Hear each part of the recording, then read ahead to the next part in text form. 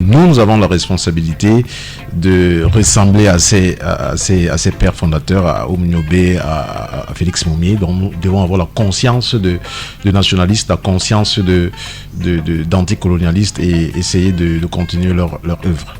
En fait, c'est une interpellation vive. Exactement. Théophile, bon, dans cet héritage-là, entrons donc et voyons. Moi, j'ai fouillé. Hier même, j'en parlais dans un groupe. Quand j'ai partagé le flyers de cette émission-là, il y a le 10 avril, c'est demain. Mais beaucoup de personnes ne se souviennent plus effectivement de ce fameux 10 avril. On a l'impression que, je vais encore introduire, Papa Dikou, même Jouma me dit qu'on a mérité ça, mais c'est mort. Oui, c'est vrai, c'est vrai. Au micro, s'il vous plaît.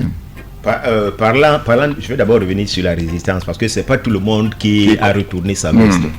Si l'UPC est entré dans l'Ouest Cameroun, avant de côtoyer la CIM, comme cela s'est produit, c'est parce qu'un homme a refusé de retourner sa propre veste. C'est Jean Bouendé.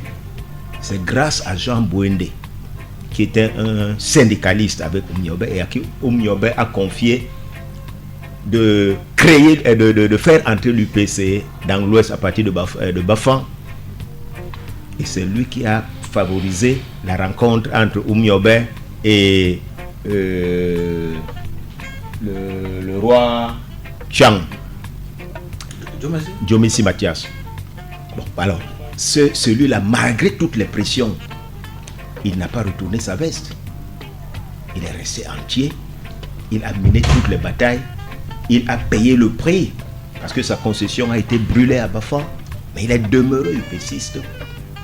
Jusqu'à sa mort, il était UPCiste. C'est donc pour dire que lorsqu'on prend des exemples de ceux qui ont collaboré. Non, tout le monde n'a pas collaboré. Tout le monde, il y en a qui ont résisté.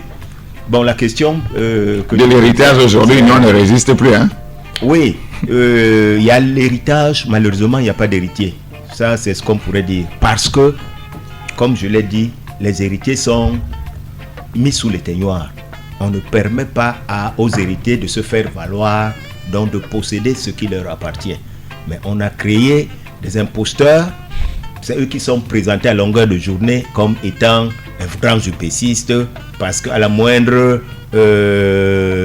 occasion, ils sont prêts à baisser la tête. Ils prennent qu'est-ce que je veux dire? Ils sont héritiers de ceux-là même qui, comme le disait le patriote Dikoumé, avaient pris fait et cause pour les intérêts de la France. Alors c'est leurs héritiers donc que les Français ont mis au devant de la scène, et c'est eux qui poursuivent l'histoire. C'est eux qui